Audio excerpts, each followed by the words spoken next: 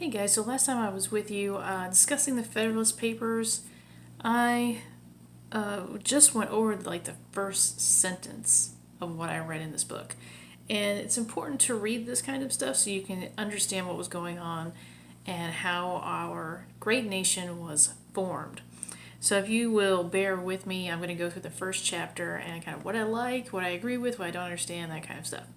So here it goes. The very first chapter is written by Hamilton. Okay, and Hamilton considered America the most interesting empire to date because of the overwhelming freedoms we are giving ourselves and the unique way we decided to make our country. I have a quote here I'm going to read really quickly. It says, "It seems to have been reserved to the people of this country by their conduct and example to decide the important question whether societies of men are really capable or not of establishing good government from reflection and choice, or whether they are forever destined to depend on their political constitutions on actions and force." So this to me is the quintessential difference between a liberal and a conservative. A conservative wants choice. They want reflection. They want to actually look at something and see if it would actually work instead of just being ramrodded through and forced. Okay? Immediate, when people say you have to do something, okay, yes, maybe something should be done, but not just anything. There is a certain something that should be done. You should do your research. You should know what that is.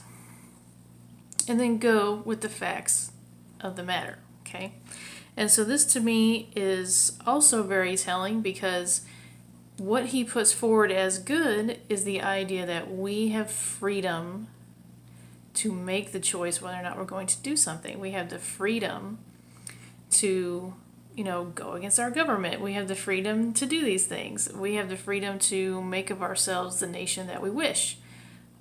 He does not in here, so far in this first chapter, consider it a good thing for the government to support you. He doesn't consider it a good thing for the government to help you. He doesn't consider it a good thing for the government to be large. Okay, his main concern really in this chapter so far is just that we are protected to be free so that other countries can't come in and take us over again. So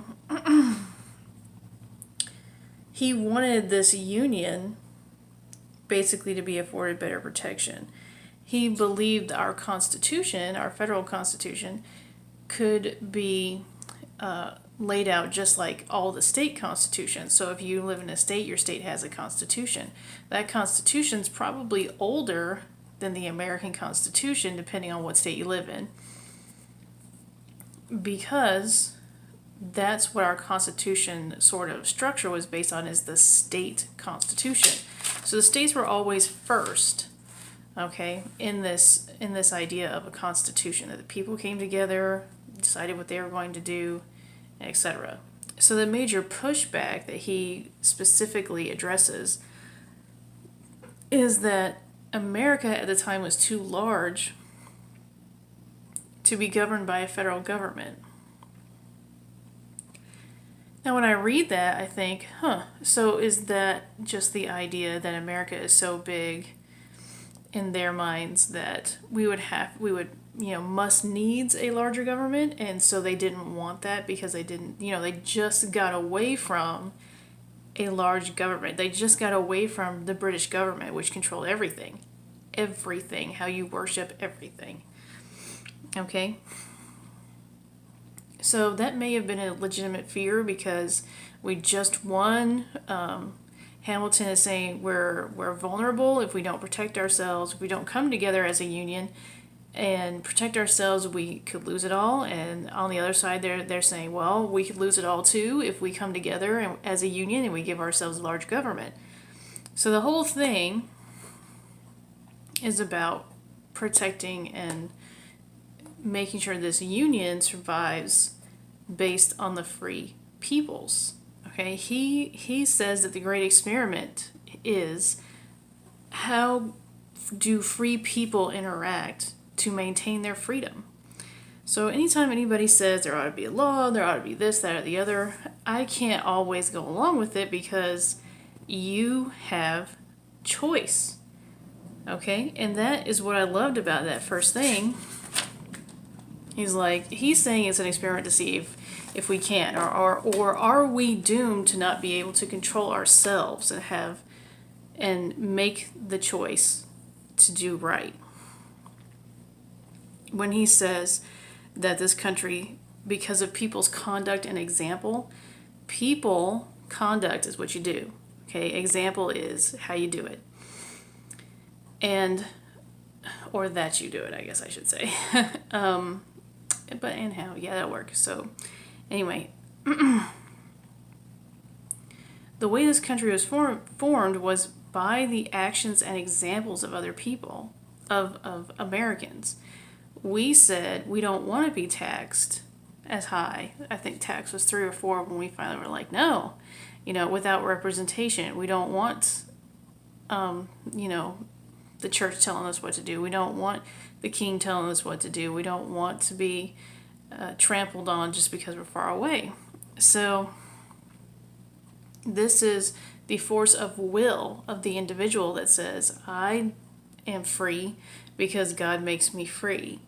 And I will defend that freedom from tyranny of whatever, wherever it comes from. So this idea that we individually take our freedom, that we're given freedom, and that we know this inside of ourselves, just initially, always already, is already showing up in Hamilton's speech here, or his writing. Sorry, it's not a speech. He is writing to a newspaper, I believe, is what I read. And he says, are we able to, by choice and reflection? So in other words, thinking about it, not just automatically, having a reaction, but looking at, well, what is really going to work, and then choosing to do something? Or are we going to be people who are governed by force and the actions of others? And you see that playing out right now. You see it playing out every year, all the time. Our liberals want you to be forced by the actions of others, and conservatives want you to be, here's your choice, think about it.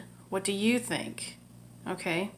So there is that playing out right there. I did not at first like Hamilton all that much. But after thinking about what he said, I can kind of understand where he's coming from. He doesn't want to lose the nation. He doesn't want to lose this more perfect union. He doesn't, he's not certain that it's going to work. If you read that, and it's free online, you can read it. He also uses a couple of, he calls for moderation for everything, because he's afraid that if we all go too extreme, then we will lose it there also, because again, we won't be unified. So that was his biggest thing. So that's chapter 1. I'll come back and do chapter 2 is a different guy. Let's see, chapter 2 is actually Jay, so we'll get to see what he says. All right, until next time, guys, thanks for joining me. If you'd like to continue and you'd like to know when I post that next one, go ahead and hit the subscribe button and the little bell, and I will see you in the next one, guys. Bye.